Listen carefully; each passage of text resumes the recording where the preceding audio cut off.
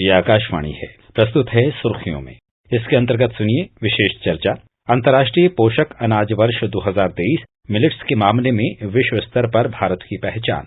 इसमें भाग ले रहे हैं भारतीय कृषि अनुसंधान परिषद में सीड्स के अपर महानिदेशक डॉक्टर डी.के. यादव और आकाशवाणी संवाददाता विभूति मिश्र। वर्तमान वर्ष यानी 2023 को अंतर्राष्ट्रीय पोषक अनाज वर्ष घोषित किया गया है। मार्च 2021 में प्रधानमंत्री मोदी के प्रयास से भारत की ओर से पेश एक प्रस्ताव को मान लिया गया और संयुक्त राष्ट्र महासभा ने वर्ष 2023 को अंतर्राष्ट्रीय पोषक अनाज वर्ष घोषित कर दिया। इस प्रस्ताव का 70 से अधिक देशों ने समर्थन किया था। भारत अब पोषक अनाजों के लिए वैश्विक केंद्र के रूप में सामने आ गया है। Doctor DK. यादव, पोषक अनाजों की गुणवत्ता हम सभी जानते हैं। इसके उत्पादन में अंतर्राष्ट्रीय वर्ष घोषित करने से कितना लाभ होगा और भारत के संयुक्त राष्ट्र को दिए इस प्रस्ताव को आप किस रूप में देखते हैं?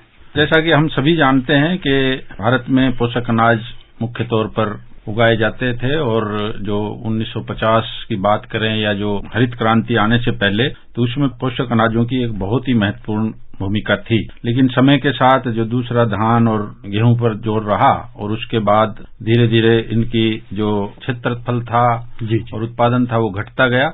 उसी को ध्यान में रखते हुए हमारे देश में जो 2018 को राष्ट्रीय पोषक अनाज या मिलेट ईयर घोषित किया गया था और उसमें जो प्रयास किए गए, तो उन प्रयासों का नतीजा ये रहा कि जो आम जन में जो खाद्य पदार्थ के रूप में जो भी स्टेक होल्डर्स है उनमें एक जागरूकता आई, किसानों का भी उधर रुझान बढ़ा।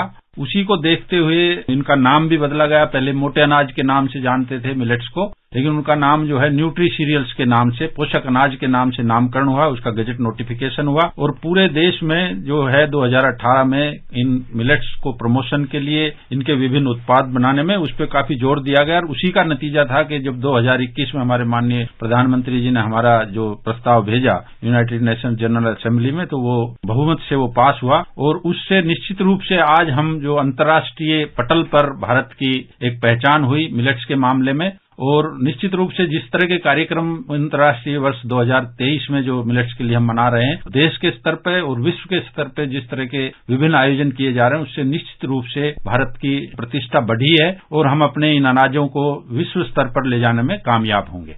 भारत जो है वो वैश्विक केंद्र के रूप में सामने आ गया है, तो इससे भारत को कितना फायदा होगा? हाँ, निश्चित रूप से, क्योंकि अभी तक जो था कि विदेशों में कुछ जो अफ्रीकन कंट्रीज है या एशिया में उसका ज्यादा प्रचलन था। मिलेट्स को हम 131 देशों में, विभिन्न देशों में उगाते हैं, लेकिन क्योंकि भारत का एक हिस्सेदारी बहुत अधिक थी और इसमें जितने भी हमारे जो पोषक अनाज हैं उनको बाहर के देशों में उगाने का और जो विभिन्न उत्पाद जो हमारे देश में बनाए जा रहे हैं तो उसको बाहर के देशों में निर्यात करने का एक मौका मिलेगा। उससे देश की अर्थव्यवस्था पे फर्क पड़ेगा, किसानों की आमदनी पे फर्क पड़ेगा और निश्चित रूप से एक स्वास्थ्य की दृष्टि से भी, जैसे कोविड में हमने देखा कि काफी इम्यूनिटी की बात करते थे, तो निश्चित रूप से ये अनाज उसके लिए बहुत ही अहम भूमिका निभाएंगे और विश्व स्तर पर देश के लिए भी और विश्व में जितने भी आमजन है उनके स्वास्थ्य के लिए एक अच्छा रहेगा। इसका योगदान बहुत अच्छा रहेगा। खास बात यह है कि 2016 से 2025 तक पोषण पर संयुक्त राष्ट्र कार्रवाई दशक घोषित है, तो अंतर्राष्ट्रीय वर्ष की घोषणा से दुनिया से भूख मिटाने और कुपोषण पर रोकथाम पे कितनी सहायता मिलेगी?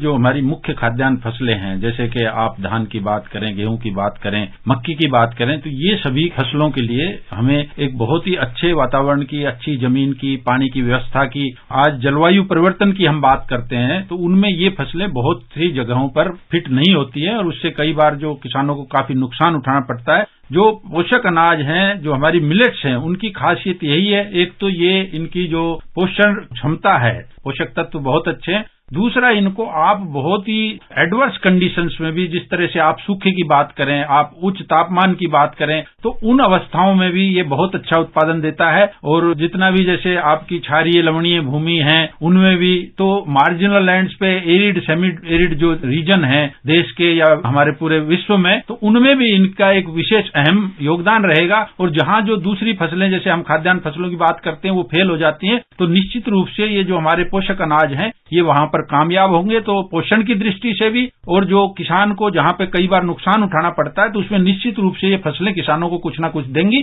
जो हम माल न्यूट्रिशन की विश्व में बात करते हैं, तो उसका भी एक निश्चित रूप से पूरे विश्व को उसका फायदा मिलेगा। सदियों से यह मध्य भारत का प्रमुख मुख्य भोजन रहा है, लेकिन बाद में और खासकर 70 के बाद से डाइट से यह अलग भी होने लगा। ऐसा क्यों था? उदासीनता क्यों आई? और क्या अब उम्मीद की जानी चाहिए कि यह फिर से डाइट का एक प्रमुख हिस्सा बन जाएगा? निश्चित रूप से जो हमारे अंतर्राष्ट्रीय पोषक अनाज वर्ष जो हम 2023 हमारा देश मना रहा है, तो उससे निश्चित रूप से हमारी डाइट का हिस्सा बनेंगे। जो उदासीनता की हम बात करें तो क्योंकि उसमें दो मुख्य बातें हैं। एक तो किसान को अपनी खेती से अधिक आय चाहिए, और दूसरा जो है उनकी उत्पादकता का भी एक विशेष योगदान रहता है। जब 1965 के बाद जब हरित क्रांति आई तो उसमें जो ज्यादा जोर है हमारा गेहूं और धान पे रहा, और जितनी भी हमारी योजनाएं थी सरकार की, और जो भी उसमें जिस तरह के भी जो एक्टिविटीज हुई, चाहे उसमें किस्म विकास की बात करें, चाहे उसमें फर्टिलाइजर्स के ऊपर सब्सिडी और जो एमएसपी जो मिनिमम सपोर्ट प्राइस किसानों को देना, तो उससे निश्चित रूप से किसानों को इन फसलों से अधिक फायदा हो रहा था। इसीलिए किसानों ने इन पोषक अनाजों को छोड़कर वो इस तरह के गेहूं धान की तरफ ज्यादा बढ़ गए थे, और इसी वजह से इनका क्षेत्रफल जो लगभग अभी 1950-55 की बात करें, आज की बात करें, तो इनका क्षेत्रफल लगभग 75% तक घट गया। लेकिन इसमें खुशी की बात यह है कि हमारे जो किस्म विकास के जितने कार्यक्रम रहे, और उनकी वजह से इनकी जो ओवरऑल उत्पादकता है वो बढ़ी, और जो हमारा उत्पादकता में लगभग 250 गुना की वृद्धि हुई। जो 1950-51 की बात करते हैं तो उससे यह है कि क्षेत्रफल घटा 75%, लेकिन जो हमारा कुल मिला के उत्पादन है वो उसी तरह का रहा। और क्षेत्रफल की अगर बात करते हैं उसमें सबसे अधिक क्षेत्रफल जो है वो ज्वार का घटा लगभग 70%। इसी तरह से बाजरा के क्षेत्रफल में काफी 30-35% की कमी आई, और रागी में 60% की आई, और जो बाकी छोटे अनाज हैं उनमें लगभग 90% तक की क्षेत्रफल का उसमें मुख्य दूसरी फसलें आई। उनमें गेहूं था, धान था, या सोयाबीन थी, मूंग बीन थी, जो अन्य दलहन और तिलहन फसलें, उन्होंने इनका जो पोषक अनाजों का स्थान ले लिया था। तो ये जो प्रयास अंतर्राष्ट्रीय वर्ष में हम करने जा रहे हैं, तो उससे निश्चित रूप से किसानों को उनकी आमदनी सुनिश्चित की जाएगी, और जो अन्य कार्य करेंगे तो उनकी उत्पादकता पर भी विशेष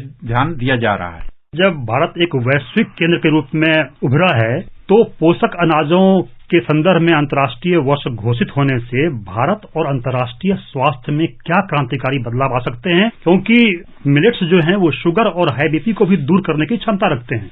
मुख्य तौर पर जो मिलेट्स हैं, जो 9-10 मिलेट्स हैं जो अंतर्राष्ट्रीय स्तर पर उगाई जाती हैं, जिसमें कि बाजरा है। जो हमारे देश में बात करें तो बाजरे का जो क्षेत्रफल है वो पूरा, हम आज के तारीख में 13.8 मिलियन हेक्टेयर के आसपास पोषक अनाजों का क्षेत्र है, जिसमें 60.5% हिस्सेदारी बाजरा की है, 26.6% जो है हिस्सेदारी ज्वार की है, और रागी जो हमको फिंगर मिलेट हम जिसको बोलते हैं उसकी 10.9% हिस्सेदारी है। और जो बाकी के जो हमारा जैसे कंगनी बोलते हैं, चीना बोलते हैं, स्वा बोलते हैं, कोडो मिलेट्स है, प्रोसो मिलेट्स है, ब्राउन टॉप मिलेट्स है, उनकी हिस्सेदारी सिर्फ 2% है। तो इसमें जो मुख्य तौर पर जो अभी प्रयास किए जाएंगे उसमें निश्चित रूप से इन फसलों का एरिया बढ़ेगा। जहां तक पोषक तत्वों की बात करते हैं तो ज्यादातर पोषक तत्व इनमें जो हमारे धान और गेहूं की बात करें, मक्के की बात करें तो उनमें सभी में अधिक है। जैसे बाजरा की बात करते हैं तो बाजरा में जैसे आपका आयरन है और जिंक की मात्रा वो सभी फसलों से बहुत अधिक है, और उसके लिए स्वास्थ्य के लिए वो अच्छी है। इसी तरह जो एक ग्लाइसेमिक इंडेक्स होता है उसमें उसकी वैल्यू इन फसलों में बहुत कम है, जबकि धान में और गेहूं में बहुत अधिक होती है। तो जितने भी हमारे डायबिटिक पेशेंट्स हैं कि उसकी एनर्जी खाते ही उसको तुरंत मिलती है, जिससे शुगर शूटअप करती है। इन फसलों में वो कम होने की वजह से निश्चित रूप से जो शुगर के पेशेंट्स हैं उनके लिए भी अच्छी रहेगी। और कैल्शियम की मात्रा जैसे रागी में बात करें तो रागी में जो अन्य फसलों से लगभग 10 गुना अधिक कैल्शियम की मात्रा है। तो उसमें जिस तरह के भी, चाहे बच्चों की बात करें, बुजुर्गों की बात करें, जो युवा पीढ़ी की बात करें, तो पोषण की दृष्टि से ये फसलें हर तरह से जो हमारे धान और गेहूं से अच्छी हैं, तो निश्चित रूप से लोगों का रुझान इनकी तरफ बढ़ेगा, और इनका जो प्रचलन है वो आगे आने वाले समय में हमारी जो पोषण सुरक्षा के लिए और खाद्य सुरक्षा दोनों के लिए एक बहुत अच्छा पर्याय होने वाला है। डॉक्टर साहब, इस विशेष चर्चा में जुड़ने के लिए आपका बहुत बहुत आभार।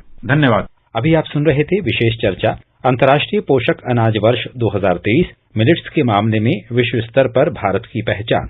इसमें भाग ले रहे थे भारतीय कृषि अनुसंधान परिषद में सीड्स के अपर महानिदेशक डॉक्टर DK यादव और आकाशवाणी संवाददाता विभूति मिश्र। ये कार्यक्रम आकाशवाणी के समाचार सेवा प्रभाग द्वारा प्रस्तुत किया गया। इसे आप हमारे mobile app news on AIR और YouTube channel news on AIR official पर भी सुन सकते हैं। इस कार्यक्रम के संबंध में अपनी प्रतिक्रिया आप हमें ईमेल कर सकते हैं। पता है AIRNSDTalks@gmail.com, ये कार्यक्रम फिर से सुनने के लिए लॉग ऑन करें हमारी वेबसाइट newsonair.nic.in।